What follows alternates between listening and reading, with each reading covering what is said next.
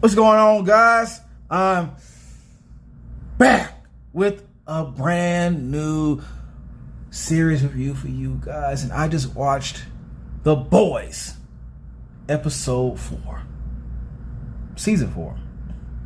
Main characters: the Butcher, Homelander, Starlight, Firecracker, and Sister Sage. And I don't care what she wants to be called now. It sounds cooler to me. It sounds a lot cooler. All right, so I don't care. Come beat me up. Do what you got to do. Whatever you got to do. All right, I don't care. And I know I said no more first of alls for series reviews. I know I said that, but I gotta mention this. When I'm doing a review, or I'm watching more than one TV series, I can't do episode by episode by episode on both series. It's not going to work. All right? So somebody's getting the back burner. And the one that's getting the back burner is obviously House of Dragons. So when that is said and done, then you'll see the review on House of Dragons. All right? Until then, enjoy The Boys, season 4. And now let's get to that analyzation. Analyzation number 1.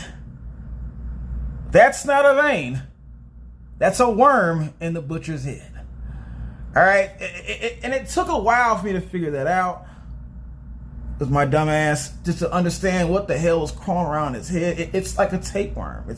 It's a parasite that came after the V that he took. All right, so that's how Mr. Stretchy Man, or Stretch Armstrong, whatever his name is, got blown up in this episode. All right, Butcher woke up. This is like blood and crap all over the place. And it was kind of like a defense mechanism. Once the parasite felt that the host was in danger, it attacked. It attacked like some kind of venom stuff. Like, you know, the Butcher was Eddie Brock or something. That's pretty much what happened. That's how I see it. That's how it looks. So that's very interesting, and I want to see where that's going to go, because that means he still kind of has a superpower or something going on there, I guess. Analyzation number 2. Homelander's trip home. He tormented every one of those scientists in that lab. And just the way he came in there. The way he walked in that lab, I thought, okay, because he brought a cake, right? He brought a cake in there. He gave him the cake and let everybody have a piece of cake. One thing that was going through my mind, I thought he poisoned that cake. And so I would have been like one of them saying, I don't want to eat that cake. You're going to have to kill me or laser me. Or I pretend, and I guess you can't pretend around this guy because he's going to know you didn't eat it. So, I guess either you eat the cake or you get lasered, huh? Well, somebody's gonna go in front of me. I'm using bodies as shields to get the hell up out of there. I'm not eating that cake. I'm not eating that cake. But there was nothing wrong with the cake. But he just terrorized and tormented every single person in that lab. Some of them we didn't get to see it until the end.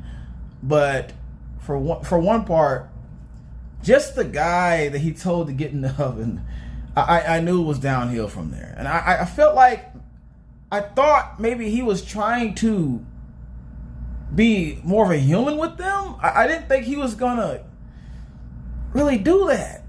I didn't think he was going to do that. Then it got to a moment or a point where I was like, well, you know better. Corey, you should know better. This is Homelander we're talking about.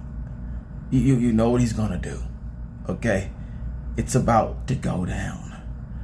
All right. As soon as he said, "Get in that oven," get in that oven, and this wasn't a fake test like he did with the 7. Okay, this was a real thing.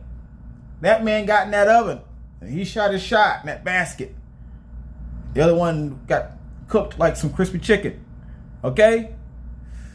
That was crazy. Then he made the other guy strip down and pleasure himself until, things, were popped off.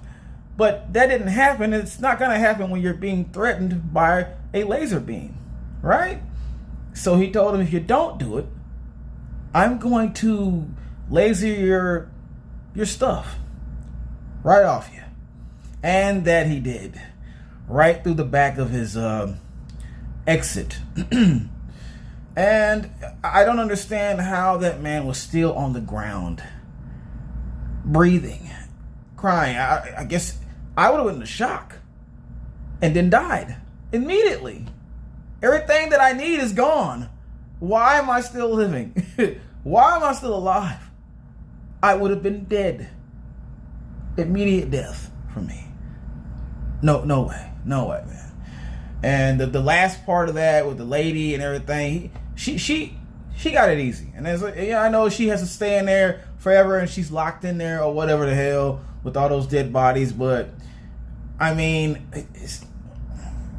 there's always hope. She can eat something in there. I'm not gonna say what she can do, but something will keep her alive in there. You've seen that movie Alive. You know what I'm talking about. She had a better chance than the other ones. Is this what it is? Third analysis.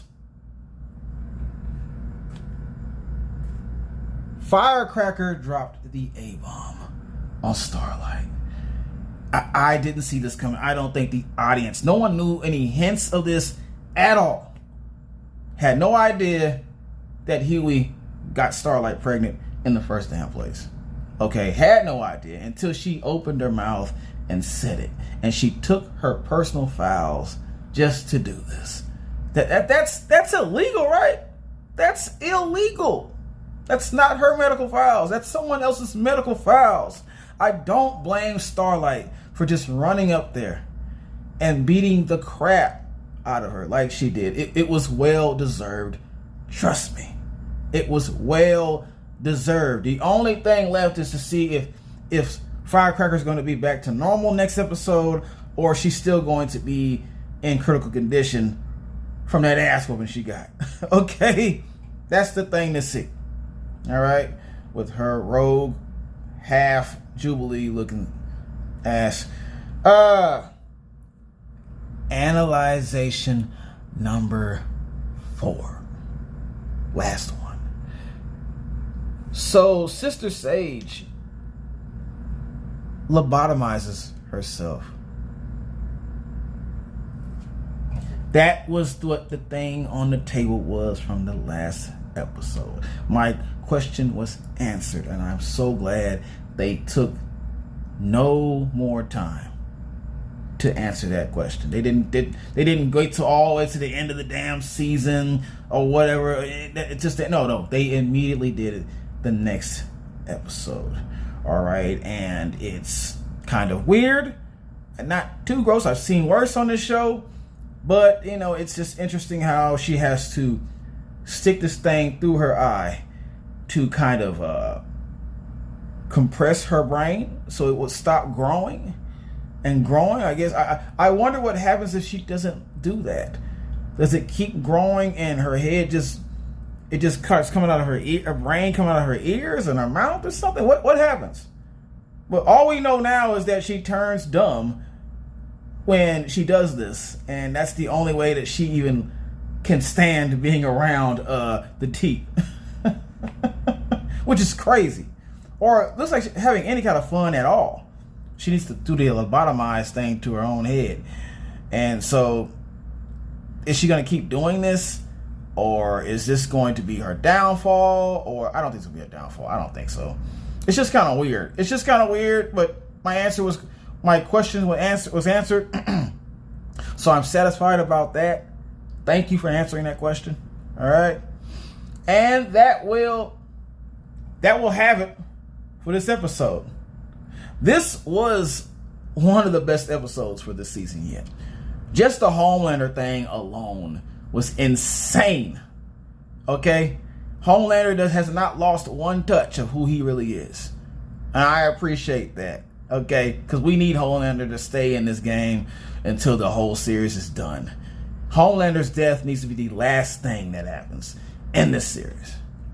Press that like button, share, you better subscribe.